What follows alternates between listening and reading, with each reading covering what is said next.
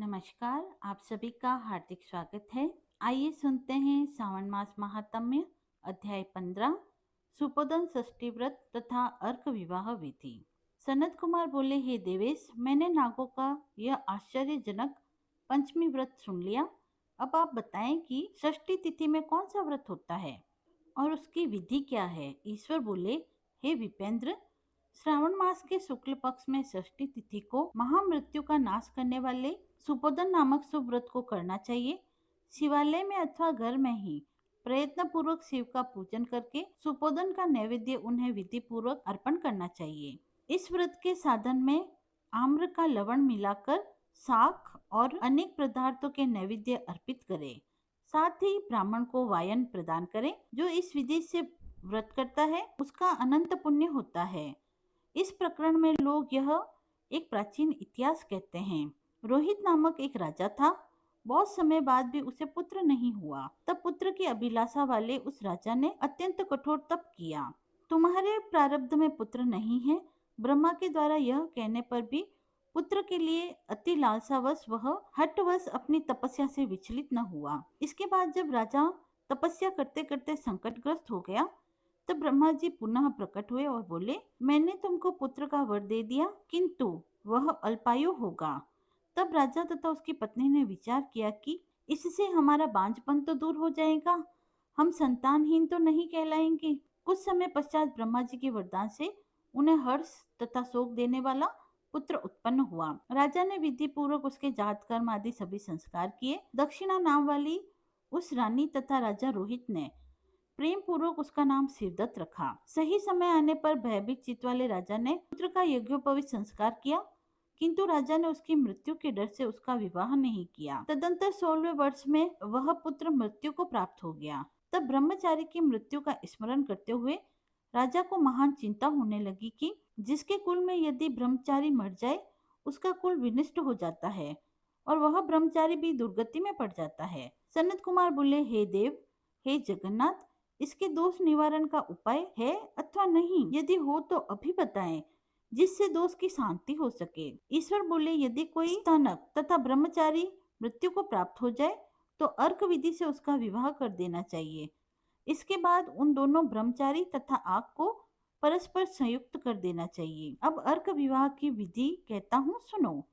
मृतक का गोत्र, नाम आदि लेकर देश काल का उच्चारण करके कर्ता कहे कि हे, मैं मृतक ब्रह्मचारी के दोष निवारण हेतु वैसर्गिक व्रत करता हूँ। सर्वप्रथम स्वर्ण से अभ्युदिक करके अग्नि स्थापन कर आघार होम करके चारों व्याहृतियों ओम भू भुव स्वः ओम मह से हवन करना चाहिए। इसके बाद व्रतानुष्ठान के उत्तम फल के निमित्त व्रतपति अग्नि के संपादनार्थ विश्वदेव के लिए घृत की आहुति डाले। तत्पश्चात स्वस्तिकृत होम करके अविष्ट होम संपन्न करे। पुनः देश काल का उच्चारण करके इस प्रकार बोले, मैं अर्क विवाह करूंगा। तत्पश्चात सुवर्ण से अभ्युदिक कृत्य करके अर्क शाखा तथा मृतक के देह को तेल तथा हल्दी से लिप्त करके पीले सूत से वेष्टित करें और पीले रंग के 2 वस्त्रों से उन्हें ढक दें। इसके बाद अग्नि स्थापन करें और विवाह विधि में प्रयुक्त योजक नामक अग्नि में आघार होम करें तथा अग्नि के लिए आज्य होम करें। तत्पश्चात ओम भू भुव स्वः ओम मह से बृहस्पति तथा कामदेव के लिए आहुति प्रदान करें। पुनः घृत से स्वस्तिकृत होम करके संपूर्ण हवन कर्म समाप्त करें। तत्पश्चात आग की डाली तथा मृतक के शव को विधि पूर्वक जला दें। मृतक अथवा मरने की स्थिति वाले के निमित्त 6 वर्ष तक इस व्रत का अनुष्ठान करना चाहिए। इस अवसर पर 30 ब्रह्मचारियों को नवीन कौपिन वस्त्र प्रदान करने चाहिए और हस्त प्रमाण अथवा कर्ण तक लंबाई वाले दंड तथा कृष्ण मर्ग चर्म भी प्रदान करनी चाहिए। उन्हें चरण पादुका, छत्र, माला, गोपीचंदन, प्रवालमणि की माला तथा अनेक आभूषण समर्पित करने चाहिए। इस विधान से व्रत करने पर कोई भी विघ्न नहीं होता है। ईश्वर बोले, ब्राह्मणों से यह सुनकर राजा के मन में विचार आया कि यह अर्क विवाह तो मुझे गौण प्रतीत होता है, मुख्य बिल्कुल नहीं, क्योंकि कोई भी व्यक्ति मरे हुए को अपनी कन्या नहीं देता है। मैं राजा हूँ, अतः मैं उस व्यक्ति को अनेक रत्न तथा बहुत धन दूंगा जो कोई भी की वधु के रूप में अपनी कन्या प्रदान करेगा। उस नगर में कोई ब्राह्मण था। उस समय वह किसी दूसरे नगर में गया हुआ था। उसकी पहले ही मृत्यु को प्राप्त हो चुकी भार्या के एक सुंदर पुत्री थी। ब्राह्मण की दूसरी पत्नी ने, जो कि बड़े ही दुष्ट स्वभाव वाली थी, वह उस कन्या के प्रति बुरे विचार रखती थी। अतः सौतपन के द्वेष तथा अत्यधिक धन के लोभ के कारण उस सौतेली माँ ने 1 लाख मुद्रा लेकर उस कन्या को मृतक राजकुमार के निमित्त दे दिया। कन्या को लेकर वे लोग नदी के तट पर शमशान भूमि में राजकुमार के पास गए और शव के साथ उसका विवाह कर दिया। इसके अनंतर विधि पूर्वक शव के साथ कन्या का योग करके जब वे जलाने की तैयारी करने लगे, तब उस कन्या ने पूछा, हे सज्जनों, आप लोग यह क्या कर रहे हैं? तब वे सभी दुखित होकर कहने लगे कि हम लोग तुम्हारे पति को जला रहे हैं। इस पर भयभीत होकर बाल स्वभाव के कारण रोती हुई उस कन्या ने कहा, आप लोग मेरे पति को क्यों जला रहे हैं? मैं जलाने नहीं दूंगी। आप सभी लोग यहाँ से चले जाइए। मैं अकेली ही यहाँ बैठी रहूंगी। जब ये उठेंगे तब मैं इन्हें साथ लेकर आऊंगी। उसका हठ देखकर दया के कारण दीन चित्त वाले कुछ भाग्यवादी वृद्धजन वहां इस प्रकार कहने लगे, अहो, होनहार भी क्या होता है, इसे कोई भी नहीं जानता। दीनों की रक्षा करने वाले तथा कृपालु भगवान न जाने क्या करेंगे। सौत की पुत्री का भाव रखने के कारण सौतेली माँ ने इस असहाय कन्या को बेचा है।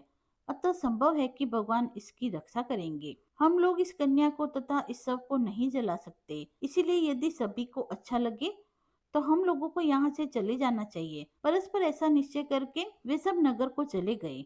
बाल स्वभाव के कारण यह सब क्या है, इसे न जानते हुए भय से व्याकुल वह कन्या एकमात्र शिव तथा पार्वती का स्मरण करती रही।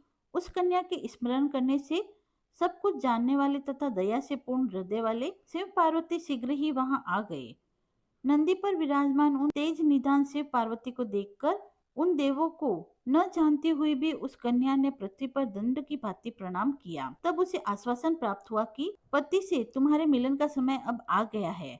तब कन्या ने कहा कि क्या मेरे पति अब जीवित नहीं होंगे? तब उसके बाल स्वभाव से प्रसन्न तथा दया से परिपूर्ण शिव पार्वती ने कहा कि तुम्हारी माँ ने सुपोदन नामक व्रत किया था। उस व्रत का फल संकल्प करके तुम अपने पति को प्रदान करो। तुम ऐसा कहो कि मेरी माता के द्वारा जो सुपोदन नामक व्रत किया गया है उसके प्रभाव से मेरे पति उठ जाएं। तब उसने सब कुछ वैसा ही किया और परिणाम स्वरूप शिवदत्त उठ गया।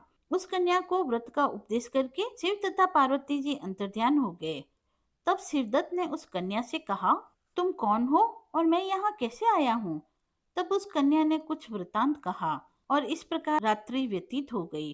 प्रातः होने पर नदी के तट पर गए हुए मनुष्यों ने आकर के राजा से यह निवेदन किया, हे राजन, आपके पुत्र तथा पुत्रवधू नदी के तट पर विद्यमान हैं। विश्वस्त लोगों से यह बात सुनकर राजा बहुत हर्षित हुआ। वे हर्ष भेरी बजवाते हुए नदी के तट पर आए। सभी लोग प्रसन्न होकर राजा की प्रशंसा करने लगे। वे बोले, हे राजन, मृत्यु के घर गया हुआ आपका पुत्र पुनः लौटकर आ गया।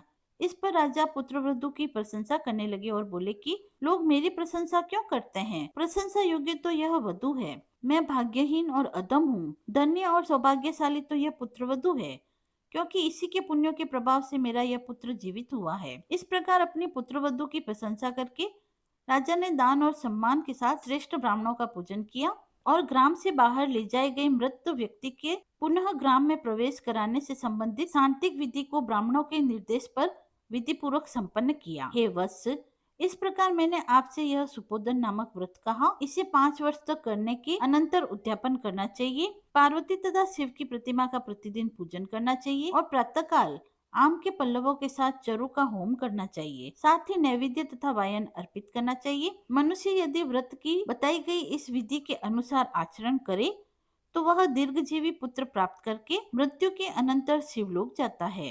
इति श्री स्कंद महापुराण ईश्वर सनत कुमार संवाद में श्रावण मास महात्म्य में सुपोदन षष्ठी व्रत कथन नामक 15वां अध्याय पूर्ण हुआ। यदि आपको यह पसंद आया हो तो आप कमेंट बॉक्स में हर हर महादेव लिखकर अपनी भक्ति को व्यक्त करें।